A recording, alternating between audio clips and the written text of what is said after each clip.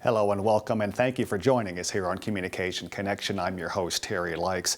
Spring means an exciting time for all things Theatre MSU, an exciting slate of plays happening.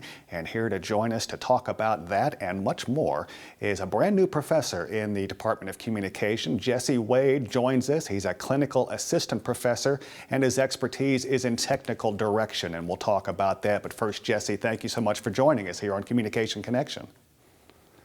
Good morning, Terry. I'm really happy to be here. I'm super excited. Well, it's his first time. It won't be his last time as we talk about theater every semester. So, Jesse, first of all, you come from the Georgia University system. So tell us a little bit about your background and what attracted you to joining us here at Mississippi State. Sure. So I am actually a product of the Georgia University system. I graduated from Darton College, which has now been absorbed by Albany State. And then I got my bachelor's degree at Georgia Southwestern State University. I did my master's program in Illinois, but I knew that when I earned my MFA, I wanted to give back to the system that gave me so much as an undergraduate. So I did my first 4 years of professional teaching at Georgia College, which is in Milledgeville, Georgia. And then when it was, I made the decision at that point that I wanted to be a faculty member. I wanted to really focus on teaching classes and being there academically for students in the technical theater realm. So when Mississippi State come up, honestly, it seemed like a very natural fit. And to be completely honest with you, the position was great, but what really, really attracted me to Mississippi State was the other theater faculty. I knew the day that I came to meet you and meet the other theater faculty here that it was going to be great. They were very welcoming. Mississippi State as a community and Starkville overall is an extremely welcoming place. And it's hard to feel at home right away, but I really did here.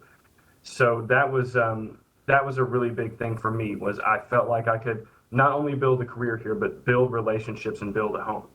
Well, you've really hit the ground running, as you alluded to. We needed someone with a behind-the-scenes technical expertise. We already had an expert in costuming and 2 new faculty last year in lighting and sound design and in acting and directing. So your technical background made for the perfect fit as far as a foursome among the theater faculty. So one thing that many viewers might not fully understand is, for example, what goes on behind the scenes in television, but in your case, what goes on behind the scenes in theater. It takes a lot of people to pull off a major theatrical production. So we're going to put up some images from your Georgia work as well as your professional work, and maybe just tell us a little bit about that and what it takes to pull this off behind the scenes. Sure. So that is an image from a production of Cabaret that I did at Georgia College. That one's really great. It's a show about Germany, a cabaret club in Germany at the beginning of the Nazis taking over of Germany. So it's taking one very small group that was already sort of looked down on and their struggles in dealing with that. And this scene in particular is when they have finally succeeded and they're singing their final goodbye. The cast of the show is saying goodbye to the audience because they're about to be taken to the camps. This is an image from The Birds, which was one I did at the Huron Playhouse. That is based on the short story, the same book that Alfred Hitchcock made his movie about. So you can see there the second level, and everything looks really downtrodden, and we had to spend a lot of time aging everything to make it look like, it's the end of the world, essentially. And all those trees and stuff, that dirt that you see on stage is 100% real. We had to go out and actually put all those things on stage for real. This is a production of Midsummer, A Midsummer Night's Dream by Shakespeare, where we actually had the audience sitting on both sides of the set. I built those ladders to go up to our lighting grid so that they could actually climb up and mess with the lights a little bit and point them at the actors. So the audience is sitting on either side of that, so they're able to see both sides of the production. We call that alley-style seating. That was a really cool challenge to take on as a technical director from my end. This is actually a photo that I took of a production of Eurydice, which is a Greek play, an old Greek play, about Eurydice's travel to the underworld and her husband. You see there Orpheus at the top. He's venturing into the underworld to save her. And actually, fun fact about this photo, when I got interested in photography, I still hold that this is one of the best photos that I've ever taken. It's very dramatic and explains what's happening on stage in that moment extremely well, with the statues coming to life and Orpheus entering the underworld. And it looks looking very intimidating. This is a ballet piece. This was when I was working as a photographer in Illinois for a little while, and this is actually still being used as a recruitment image for Northern Illinois University that I took during one of their dance concerts. This was a solo piece by that dancer who was doing something. The choreography was in honor of her mother who had just passed.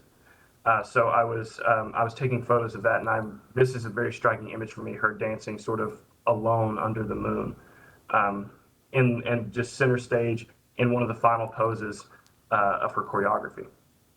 Well, thank you for sharing some of your background and for us to be able to see some of these visual images and explaining how things happen behind the scenes. Going here to Theatre MSU, you recently produced a production, you meaning faculty overseeing students, and the program called All American Boys. And I think what's interesting here, two things really. It was completely student produced and directed, and an emphasis in the theater program of late with the students has been they've wanted to tackle items or issues pertaining to social change. Tell us about that. Absolutely. So All American Boys, like you said, and one thing that we really want to stress is that it was completely student produced. We had all student designers. It was student directed. The only faculty input they got was from me. I built the set. But even that had a lot of student involvement. All of our workforce here is completely student driven. So that's one thing that I think is very important to note, that they took this on as a student body to really drive that point home. And the other point that you made is, yes, our students lately have been extremely socially conscious, and they chose this play, and they chose to produce this play now because it's something that our theater students here at MSU have been really focused on. They want to make theater that is commenting not only on the world that we live in right now, but the world that they would like to see moving forward. They are all extremely aware of the fact that they're here at Mississippi State for 4 years, maybe a little more, maybe a little less, and then they'll be going out to be citizens of the world. And while they're here, they want to make the most of the voice that they have to their fellow students to say, we have the power to affect change, and we should use that power responsibly, and more importantly, see that change through even once we graduate from Mississippi State. And that's a really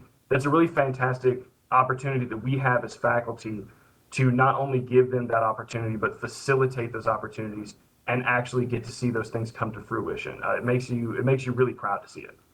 Well, I think so. Theater, not only an opportunity to entertain an audience, but to educate and inform an audience as well. Well, we mentioned you only have 4 theater faculty with a lot of responsibilities to do on stage, behind the scenes. So a point of emphasis for theater also has been to bring in some visiting artists. So you have one this spring. Tell us about Barbara Pitts McAdams and her involvement with Theatre MSU. Yes, so Barbara Pitts McAdams, actually on that theme of theater for social change, she was part of, and is part of still, the Tectonic Theater Company, which is responsible for a show called the Laramie Project. And the Laramie Project is really, really important, not only to theater history, but to history, in that it was largely responsible for LGBT legislation, protection legislation being written. That show is about the killing of Matthew Shepard, who was murdered for being homosexual in Laramie, Wyoming. So by making that show, that play, the Laramie Project, they were able to present it, and it is a direct link to why we got legislation protecting LGBT youth. And so she's here with us this semester she's working with our classes right now on what we call moment work, which is just acting in the moment. For devised work, meaning that you are writing it as you go. She's going to join us in person here in late March, and then she will be helping us facilitate a show called Who Gets to Be an American, which we're going to be presenting in April. So her work is coming here with us, making all those things happen, and we're super excited to have her. Well, and speaking of super exciting and things happening in April, you have a main stage theatrical production called Once on This Island in the works. I know you've already had auditions, and it's going to be a musical, so I know many in the audience will be excited about that. So Tanya Hayes is directing. She's really excited about a lot of the new voices coming to the theater program, and some terrific voices, but it's also a time for freshmen to get involved as well. So theater is growing and a lot of new people getting involved, particularly with this production. Yes, that's absolutely correct. One of the most exciting things about Once on This Island is that we have had an unprecedented level of not only freshman involvement, but non-majors. Our shows are open for audition, for tech positions, just to the students of MSU. They don't have to be necessarily theater concentration students. They could be from anywhere. And apparently that message has really gotten out. I keep talking about how proud I am of our students, but this is just another point of pride that clearly they've been going out into the student community and being very active and being very communicative with their fellow students, and really have drawn a big crowd in to get involved with the work that we're doing. We have the highest number of non-theater and freshman students that we've ever had in a show. For Once on This Island, so it's really, really exciting, and it's a great story. It's a great story to get to tell. It's a very, very exciting show. Lots of great stuff going on. So we're really happy to be engaging with all these new students, and hopefully this experience will be a positive one, and they will continue to come back and be in our shows. You also do some work with the box office, so someone has to deal with tickets and the audience. So tell us about how people can find out about getting tickets for these productions. Absolutely. You can go to events.msstate.edu, and that'll just take you to our ticketing website, and you can purchase tickets there. Otherwise, myself and Melanie Harris, who does a lot of work in the box office as well, you can contact one of us through our emails or through our phones here on campus, and we can get you set up for those things.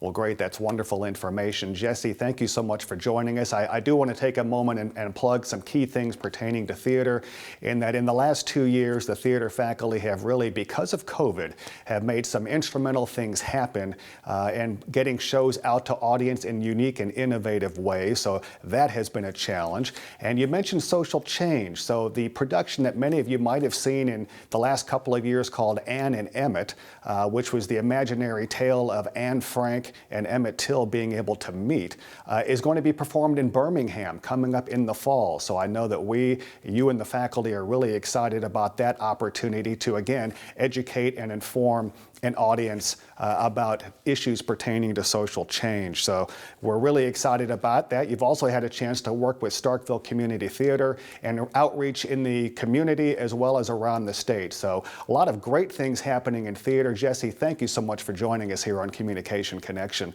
I'm Terry Likes. Thank you for watching, and we'll see you next time here on Communication Connection.